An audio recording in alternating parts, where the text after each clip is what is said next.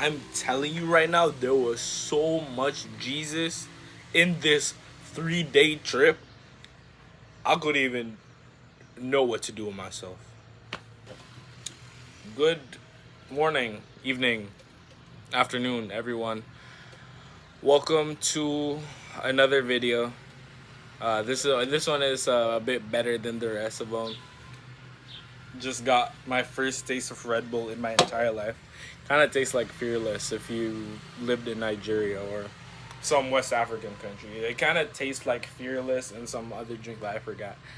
But yeah, this is basically my recounting of the 3 day trip that I had in the Ram.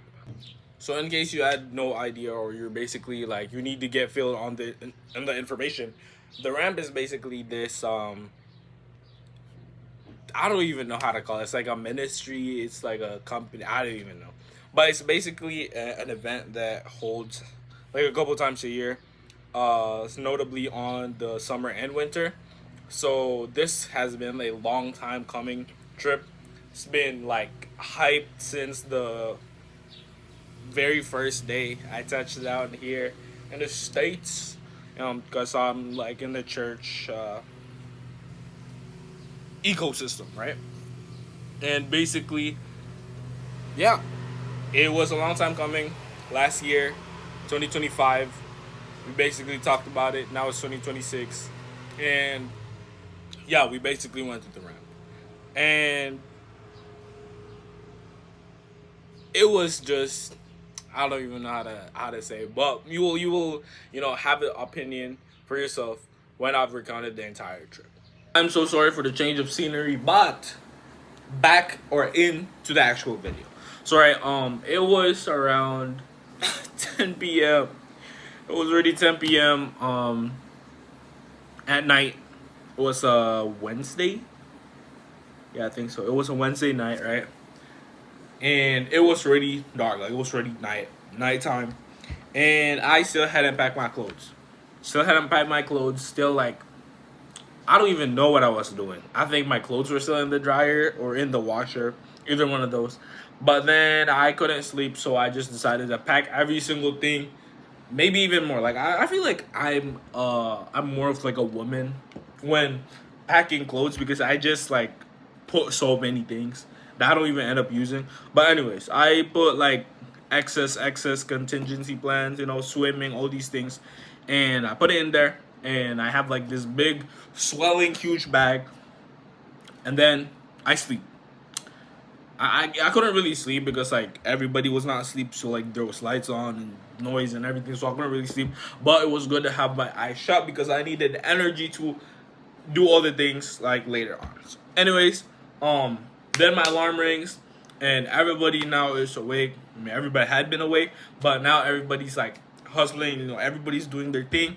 And then they make it to the van, and I go to the car because we had to go and pick up my best friend.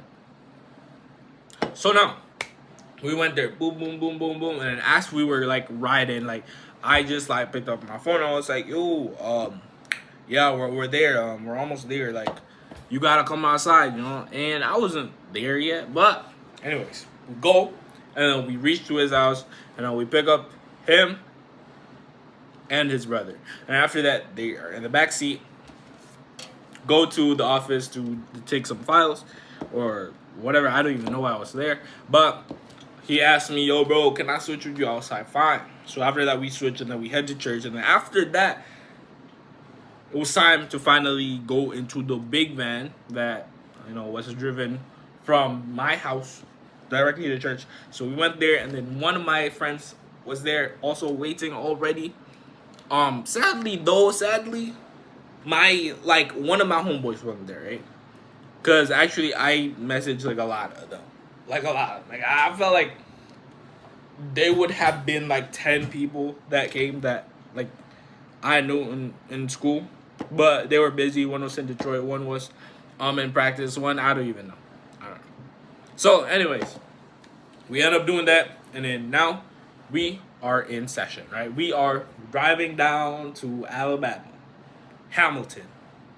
If you watched the play, I've never watched it, but I mean they say it was a really goated guy. So if you would believe it, this trip we started at around like 3 a.m. in the morning, and it was a 13-hour trip because we live in like Chicago area, right?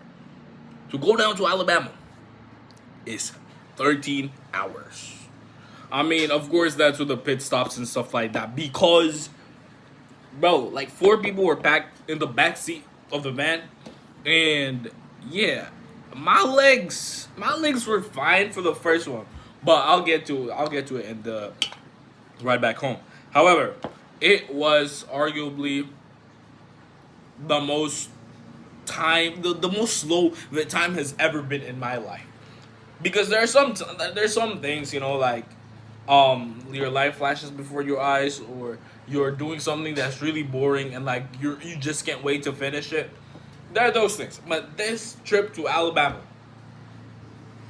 arguably the longest trip in my life, and I've taken like 24-hour flights, but they weren't even that bad because I was sleeping.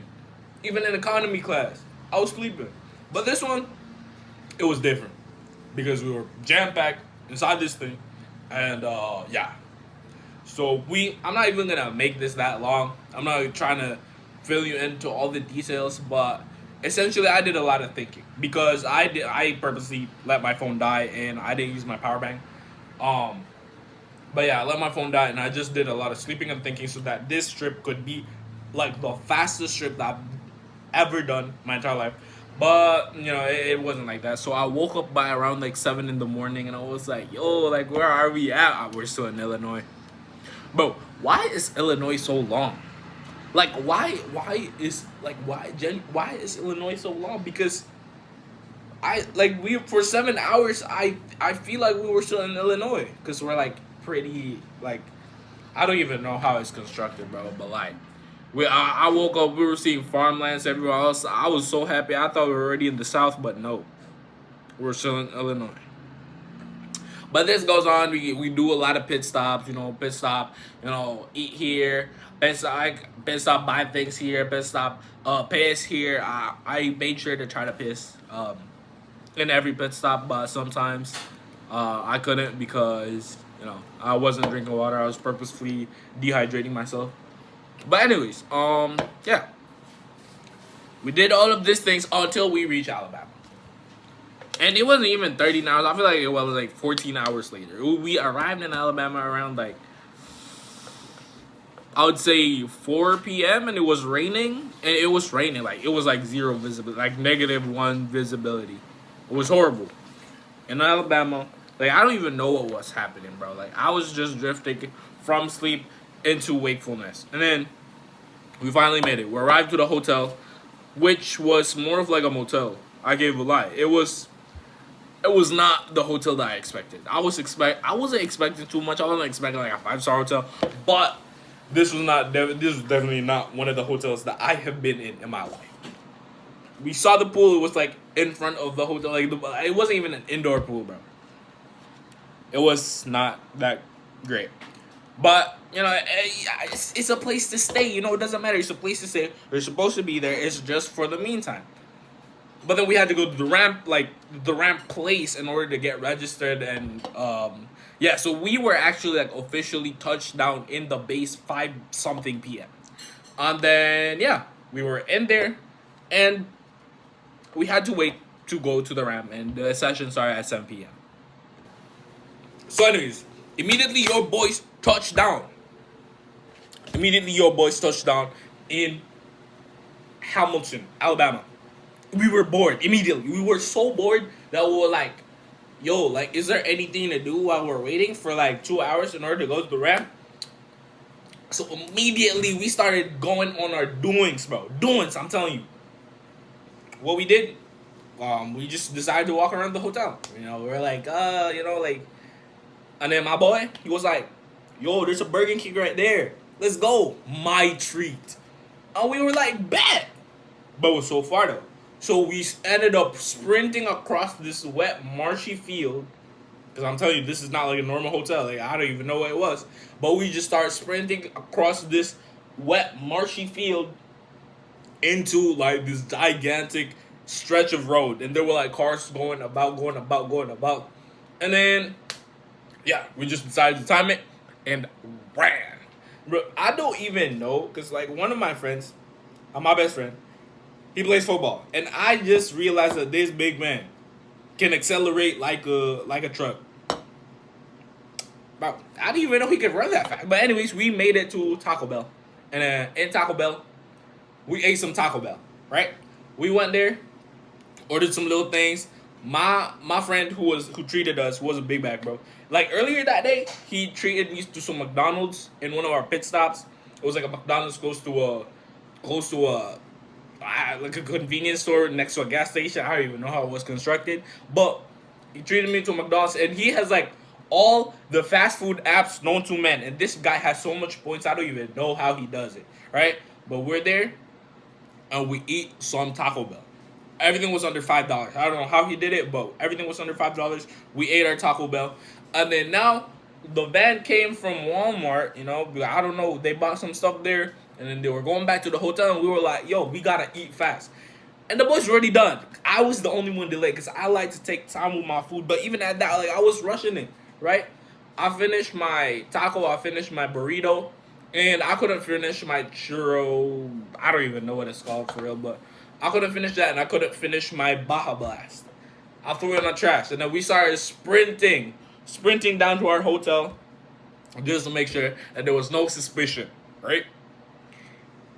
Immediately we touch down. We go to the hotel, my hotel room, the hotel room with the boys, and we go to the hotel room of the girls, and they say y'all went to McDonald's.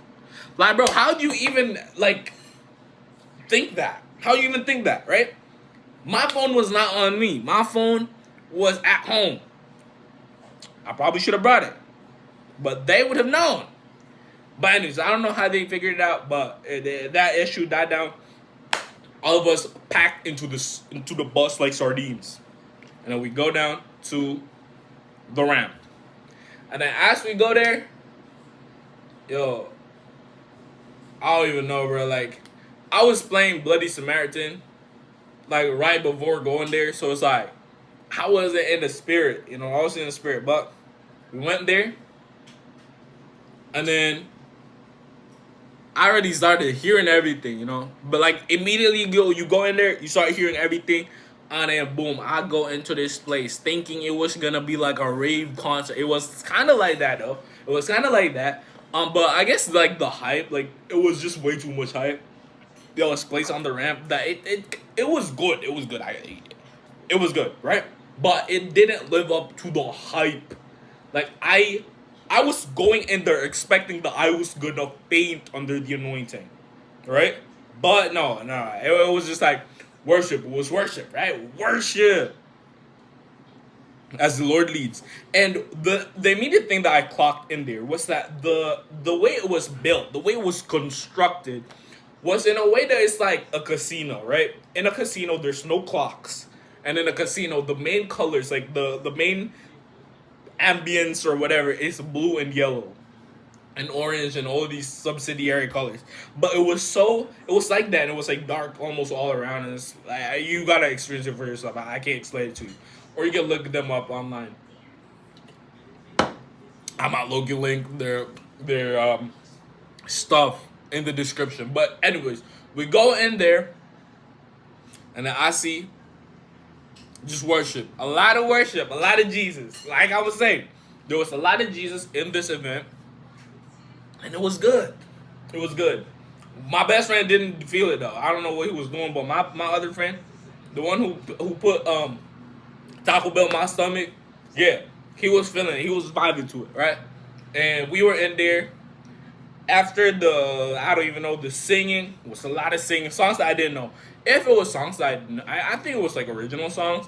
I'm not saying it was bad, but like if I knew those songs, I'd probably be more in tune. But I didn't know the song, so I was like spending time trying to like memorize it and like sing it and stuff like that. But anyways, the first woman was done. I think it's Miss Karen, her name, Miss Karen Wheaton, lovely lady. But we did that, After that, there was some dances, some really good dances, and then after that, we had the preaching. And after the preaching, we came out. It was already like 10 or 9 at night. And I don't know. Throughout all these time, my phone was not with me. My phone is dead. I've not used my phone throughout all these time, which is the longest I've ever been without my phone. And it was starting to feel good. Like I started feeling clear and light and all these things. I know we get packed up back into the bus like sardines. We go our way home. And at home it was already Friday. See, the way that I was not looking at the clock, my sense of time was warped. But anyways, we were there in the crib, and then we were just me and the boys were just talking, right? And then the Taco Bell started kicking in, and then we started doing like fart wars, right? We were just farting and messing around and doing all these things. But everything was good. I still watch some manhwa recaps. You can't take that away from me. Manhwa recaps of my life. But anyways, that was it. And then we finished that day at around like 12 in the evening at night, and then we slept. And that was day one of the ramp. So immediately Friday rolls around. We wake up on fire. We wake up and then we go down to the breakfast hall and then we eat some breakfast, right? And after eating all this food, it was like pancakes, eggs, and sausage. Like the patties. I don't know why it's called sausage here in America. It's patties. But anyways, we ate that. We go back to the crib, and then we go to the morning session, which we didn't go to like the 9 p.m. one, but we went like after like the prequels or what, I don't even know. But we went there. We did some worship. We did some stuff. Everything was great. It was like a British pastor. British pastor was pretty dope. I have a lot of notes about him. I did a lot of philosophy about what he told me, what he preached, and that I think I went to the altar call. I believe it was that morning. I went to the altar. Oh my god, yo, I went to the altar call, and then I didn't feel anything. So it was more so like I don't even know what I was doing, bro. But I didn't feel anything. But I was there. I don't know. I was not expecting it. So the thing that he was preaching was that you don't limit God to the how you want him to show up for you, and you also don't need to basically shrink your faith in order to avoid disappointment. And also another thing that he preached was that I said it's a lot of Jesus, right? But he said that he was like the worst of the worst, bottom of the barrel scraps, right? But then he was able to turn his life around, and he was able to basically be used by God in order to reach a lot of people, like millions of people, and just be a positive impact to the world. So which is very good, and I love his eloquence, bro. I don't know, British people just have that sense of like their ability to articulate their words is just something that I like personally. So yeah, it was very good. We come out of that. We come out of that, and then we go to the second one. I'm not sure. We go to the second part, right? To the second service. This is time skip, a little time skip, right? I didn't want to swim because like it was like such a short amount of time, but after that time skip, I don't know what we're doing. We're doing doings, After that time skip, go to the event, and after that, this was I don't know which guy was preaching that day. Probably it was it was the guy who was a Marlboro poet. His voice really raspy like a truck driver, but I feel like that's my favorite teaching out of all of them. I loved his preaching. He was basically saying how he lived with the Amish, and his main message was that like sometimes we're so consumed about destiny, about accomplishing this thing or doing this thing or making our name for ourselves and accomplishing all these things in this life when we can't just sit with God and basically like spend time with him and learn to abide in his presence. Basically, that's um the message. It was also saying about how, like, in the days of Noah, he was perfect, even though he can't be perfect. This is a human. It just was stating to the fact that he was unmixed in a time where everybody was getting their magic and their stuff from the fallen angels, learning technology, learning all these things. Noah was the only household. Noah had the only household that was like solely focused on God. And that's something that even if you don't take it literally, right? Like there's a lot of truths that you can apply to your own life, and yeah, it was really good. He explained how he gave everything for the church, 15 years, and after that, I don't know what happened to him, but he now is working for marketing, for a construction company, and how he doesn't really like it that much. I don't even know. But he was like, yeah, sometimes like preachers they start preaching out of state of frustration and they let love to run out of their hearts. And yeah, that's basically the entire thing. It was a very beautiful, very well articulated. I loved it personally. 10 out of 10 sermon. Learn to basically give up your distractions, because once your phone, your business, or once anything is better than God, once your phone or anything is higher than God, that means that you haven't actually encountered Him. And that was a very good message for me. After that, we come out of the building, and I was in the mode of philosophy. I was accepting it, like I was digesting it, but then, yeah, it just didn't stay normal. I just want to like go back a little bit, because my boys and I came to the program with the intentions to do some rizzing, and then this was like day one, very day one.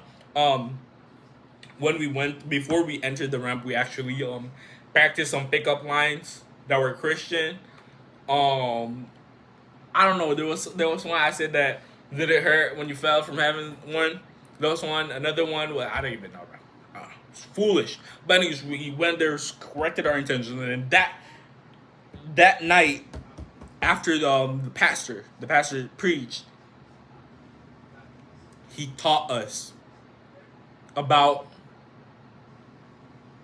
the unmixedness of Noah, right? Um, we basically encountered some maidens. Oh, I gotta cut for this. I gotta cut for this. So, anyways, that was a break, intermission, because my dad talked to me, but I can include this part in the video. So then we were just chilling. We were honestly horrible. We didn't even notice anything until we heard some maidens talking to my boy. Oh my god, bro! This is the first time we've been approached, man. First time I've been approached. Bro, I was trying to play it cool, trying to be like, trying to not risk my aura, bro. Trying to do it on some nonchalant. But they approached us, or they were already there, and then we didn't really like notice. We didn't even like acknowledge them. We were just talking amongst ourselves, and then somebody starts talking, right? And they were like, "Yo, y'all are twinning," because all of us we were wearing the same clothes. We're like, "Are y'all from the same church?" We are like, "Yeah, yeah, yeah. We're actually from the same church." Like you can see, we're twinning, we're matching, and all these things. After that, we started talking about where we're from, which church we're from, where we're from. Obviously, Chicagoland, bro, 13-hour drive. And then they were like, "Oh, there's just somewhere around here in Alabama, 3-hour drive." All these things, we were just talking like all these things. And then one of them, like, and both of them got a little sense in them, you know. They were like, when we were talking about like where, like when they asked us where we're from, and we answered it, and they were like, "Yeah, this is the part of the conversation where you guys are supposed to ask us where we're from," and then they got a little sense of humor, so we got their names, we got everything, and then, why am I low-key so excited about this part more than the entire rap? Like, bro, I feel like this just invited another sense of flavor into it. But anyways, they said that they were gonna be the block party, and we were like, "Yeah, bet, let's go." We went to the block party. There were nowhere to be found. My friend, my best friend specifically, was out there scavenging and scouting for these people. I was baffled. I was like, "This man, yo, bro, chill, bro.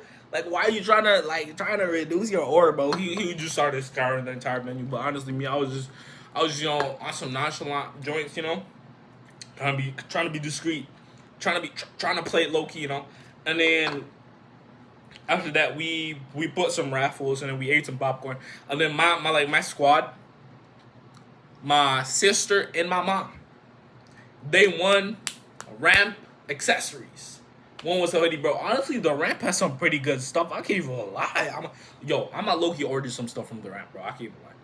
But basically, that's what happened, right? None of that they weren't there, and then I just see the energy levels of my bros just drop. Just calm down, OG, calm down. You understand? And after that, after that, we were just relaxed. We were just relaxed. We go home, and then we had like this. I don't even know what we were doing that night for real, but like, yeah, we kind of slept a little late. We're just talking about stuff, about life and stuff like that, bro. Like, so sometimes, bro, you just gotta have a room with your friends and like just talk, bro. Like you will learn a lot of stuff. But anyways, the next day rolls around, right? And then we did. I don't think we went for the first session, or I think we. I don't know. I don't even know how it happened, but I think we didn't like rush to go there. We only go there for the later half because this was baptism day. It was already a Saturday. Basically we went down, we ate, and then we went up, and then like the entire like kid population of our squad went there, and then we had like this discussion, and it was just like about life and about like stuff about. I won't go to the specifics, but if you know, you know.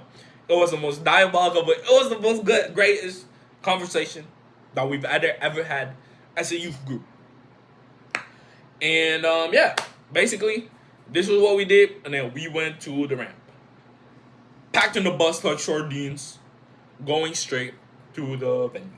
And when we were in the venue, I was now accustomed to getting earplugs because I didn't want my ears bleeding because I have tinnitus on this side. But anyways, so pardon me for my southern accent.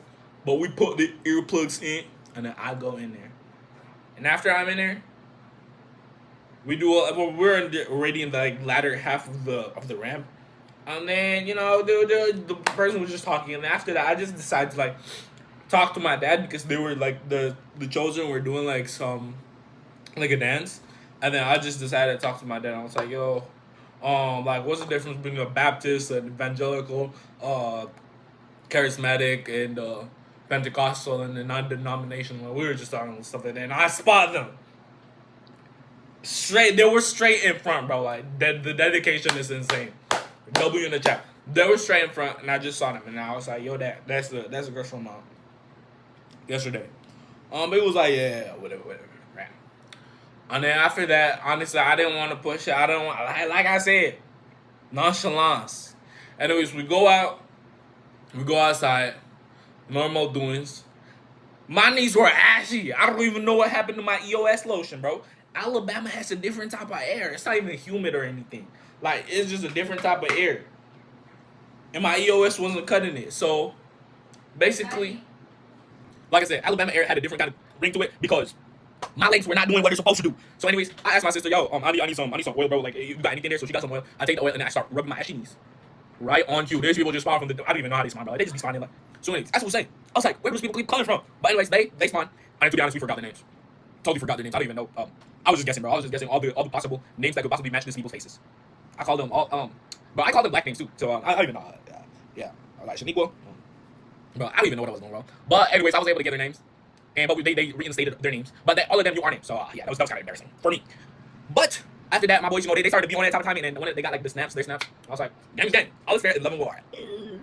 But I'm so unhinged, I can't even tell you, like, bro, kids can't watch this video for real. This video was weird. But anyways, we moved down to the ramp. I honestly thought that we were gonna walk there to the creek, I thought we were walking to the creek, but apparently we weren't, cause it was like really far away. So we then bust down, packed like sardines into the area near the creek, and then after all we were parking, their van was like right next to ours, but they were already far ahead. And then my boys were like chop double time, bro. Fast as lightning, and everybody was just behind us. But anyways, I decided to take it easy, take some time, And then anyways, we make it to the creek, and then the session was in full swing, and I was just there. I was like, it's really hot in here, so I'm not even gonna try to do anything. Let me go and sit by like a high point that was under the shade. So I go there. My best friend goes there. My sister goes there as well. And then we were just like looking down at the people. And then my other sister comes and was like, "Why are you not getting baptized?" To my friend, "Why are you not getting baptized, bro? I thought you was getting baptized." And then one of like my friend, the person who gave us the Taco Bell and McDonald's treat, basically gave us some he basically got baptized. What am I saying? Broski got baptized, and then it was born anew, right? But anyways, after he got baptized, everybody just started leaving. Like my squad side, everybody just started leaving, started moving down, tried to go out. And I was up there in the bench when I was like, "Yeah, we gotta go, we gotta go." So me and my sister we go down to go reunite to the pack. So my best, I didn't even know where he made, just disappeared. But we went down and I drank some water because I was really thirsty. But Alabama, like the atmosphere different. It's not even humidity. That's the thing. It's not humidity, bro. Like here in Illinois, it's humid. But there, I don't even know. I think it's just the sun. But anyways, I saw them again, and everybody was just gone, right? I had my phone on me. I knew what I had to do.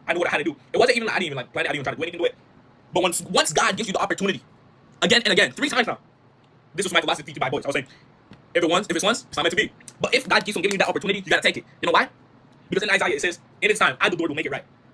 But anyways, this is what you call abuse in the Bible to your bench. But anyways, I go there and I just do some small talk. I'm like, "Yo, like why y'all not getting baptized, bro?" Like, I was like, "Oh, I already got baptized like 2 times. I already got baptized 3 times." I was like, "What's stopping you from doing it again?" You know, like they were like in jeans, so it's like, I don't even know. I was not baptized because I personally want to get baptized in Alaska or Russia, as the case may be. It depends on the budget, you know. But I'm trying to get baptized in icy waters.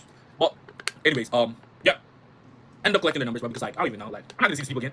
I'm not gonna see them again. So I collected their numbers, 2v1, and yeah, I left, and everybody was vexed. Not my voice though. Not my voice. But everybody was back. They were like, why you doing that? Why you doing that, bro? You're here to rap for Jesus.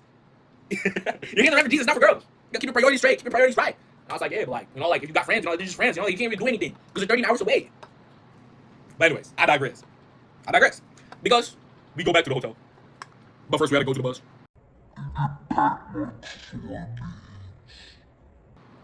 And we go back there. The pool was small, by the way, so I forgot about this. When I went to the pool was kind of, it was not it. The pool was really small, and there was already like a couple of my squad that was there. So I didn't really swim earlier, so I swam that day for a couple minutes. I wasn't really feeling it. I went back up and bathed, took my bath, and then came outside and then started talking to my boys. And they were like, "Bro, I'm so bored, bro. Like, let's just ring them up, bro. Like, God, like, bro, let's just hang, bro. Like, go to the Walmart. Like, my boys are crazy." So, anyways, I got the number already, so I was like, "Yeah, let's FaceTime them." No, even call FaceTime them, but it doesn't go through. Messages me, sorry, can't come because we're in church. I was like, I bet. After that, boom, I go to sleep. And it's 7 p.m. already. I wake up because we're having a part 2 of our earlier discussion in the morning. And basically, we go to the room, find the room, and everybody swam. While I was sleeping, all these people went to swim. But it was for the best anyway. I don't want to swim in a place that's so packed, bro. No.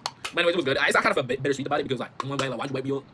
But anyways, went and had the part 2 discussion of our earlier youth conversation. We ate some Domino's and ate some Pringles. That's what we ate. And the thing that I kept on hearing in that discussion, I'm single as a Pringle. I don't even know that. But anyways, it was all good. It was all fine. All is fair and loving war. I'm gonna keep saying that now from now on. But anyways, the discussion really like spanned really long because me, my friend, my best friend, my homegirl, my sisters, my mom and my dad, we like continued the conversation until it was like 12 in the morning. It was almost 1 even. And that's when we went out because like, you know, like we didn't want to like maybe because they were driving, we didn't want them to, you know, stress out. But basically we go out, me and my friends, like we go outside, go to our hotel room, and we just started talking again. And then we basically joked about like locking the door. Because my friend, you know, the Taco Bell guy, I'm just Mr. Taco Bell. Mr. Taco Bell did lock the door when he was already there. So then we were pushing each other, go lock the door, we're in Alabama, we're in Alabama. But anyways, I just decided to stand up, lock the door, and take just sleep, bro. Turn off the lights, cover the alarm, just super bright, and then sleep there, catch me until like very long. Everybody was snoring. I snore so loud, by the way, but I just sleep that day. After I sleep, I had a dream about like this white man. I'm not even being racist or anything, but it was like this white guy that had like a pew, and he had like a slash. Basically like Freddy Krueger, but like, I don't even know, like a white version of him. And then like, you know how like there's like that like chain that like when you open the door, even if it's not locked, you open it and then like there's like a little chain. So ours was basically like this kind of thing that's like you just like open it like that, and when the door opens, like it basically hits that. I don't know how to explain it, but anyways, it was like a small gap, but he was so like squishy that he like seeps into the room, and then he has his pew and his slash, and he's like just looking at us, and then I'm like, bro, I don't want to perish here, bro. But he starts laughing, starts smiling maniacally. All my friends are up, and I'm dreaming, like, please, like, don't do anything. And he goes back, and it's like goes in through the gaps, and then like goes out. And we close the door, lock everything, and then he still manages to open it, and it just happened like 3 times. I was terrified out of my mind. I woke up, slept, and I woke up again, and it was ready the next day. It was ready Sunday, which is weird because I usually go to church, but we weren't in church. So yeah, we go and we get ready, and then we get packed up in the bus with sardines, and then we start heading home. Country road, take me home to the place where I belong, West Virginia, mountain mama, take me home. Oh, country road. Anyways, we were on the road, and then I just started talking on my cell phone.